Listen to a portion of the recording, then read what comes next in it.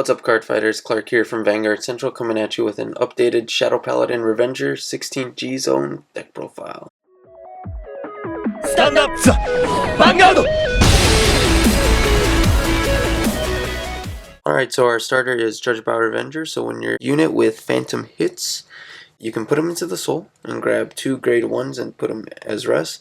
So typically you'll call a Swordbreaker in this situation, but if you're out of Swordbreakers, you'd grab a Maul or Doran just to get unflips, or grab a grade 3 that you could use for Stride Fodder later. Judge Bao is the most consistent starter in Revenger, so that's why I choose to run him over any other starter. Then for our grade 1s, run 4 Karma Collectors for our PGGs, unflips, just extra.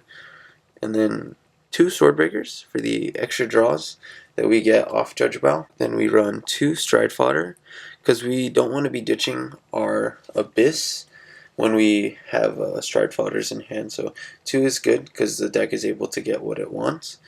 Then 2 Mauls, just to grab a grade 3 as insurance, like Abyss when you're on Legion, or Mordred just to Stride Fodder with, or any unit that you could use to sack. Mar comes in handy, especially because you can call them out with mana. Then we have 4 Barrier Troop Revenger Doran for unflip plays with Blaster Dark Revenger. Onto our grade 2s, 3 Willy Revenger Mana for the filtering of grabbing a grade 1, grabbing Maul or Doran when we need it. And just the fact that it's an on place is really good. So you use it to call a card on Aura Geyser player Diablo, so you're not minusing yourself from hand because of her. So we have 4 Blaster Dark Revenger Abyss to kill any grade 1s or less, like starters such as Andre or Seishin, or Judge Bao in the mirror match essentially, and like Laurel as well. So anything that's going to hurt you during the game, Abyss gives you that control and aggro that you need. And then we have 4 Flash of Dark Revenger for our unflip system with Barrier Troop Doran, and to kill like any grade 2s like Tidal Assault or anything in the front row that's giving us issues. Then to our grade 3s, Illusionary Revenger Mordred Phantom. Break ride of our deck, CB1. When a grade 3 rides, you give it plus 10k, and you can search your deck for basically any Shadow Paladin grade 2 or less. So Mordred is the more consistent of the 2. I have tried Raging Form Abyss, but I just prefer Mordred in long term, especially since games are going a lot longer. I just like the consistency that it brings. Then our other boss is Revenger Phantom Blaster Abyss.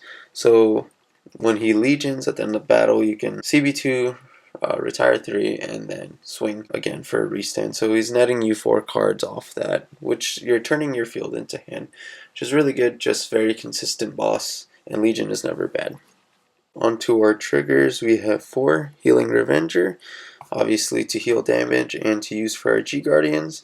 Then we are very aggressive in our Shadow deck, so I run 12 crits, so 4 Undead Angel, 4 Grim Revenger, and 4 Revenger Air Raid Dragon.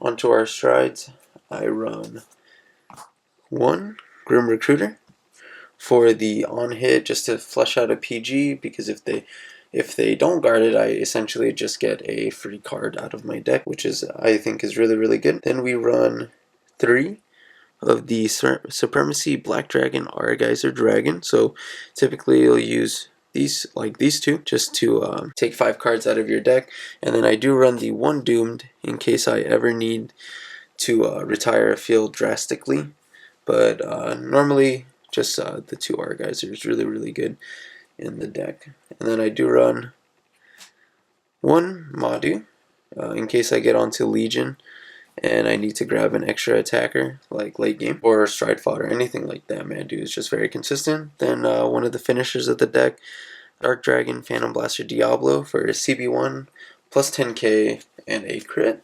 And then if I retire 3, the opponent must retire 2 in order to guard.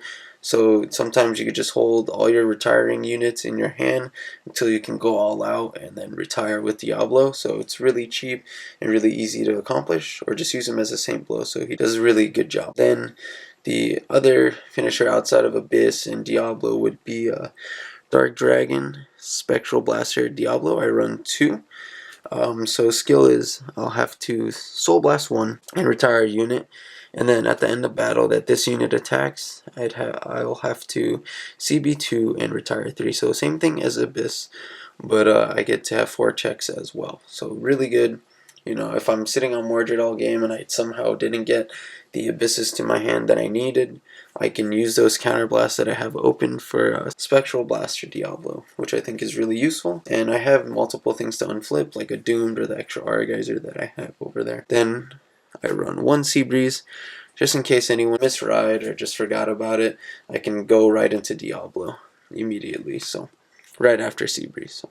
Onto my G Guardians, I run 1 of the Dark Knight Ludwig. If you saw our other video, I totally do not like Ludwig. I think he's terrible. I do think it's funny when I grab like the Swordbreaker that's on the field and I just use it to make a 31k in a sense. So this will become like a 20k shield, but otherwise Ludwig is very, very bad.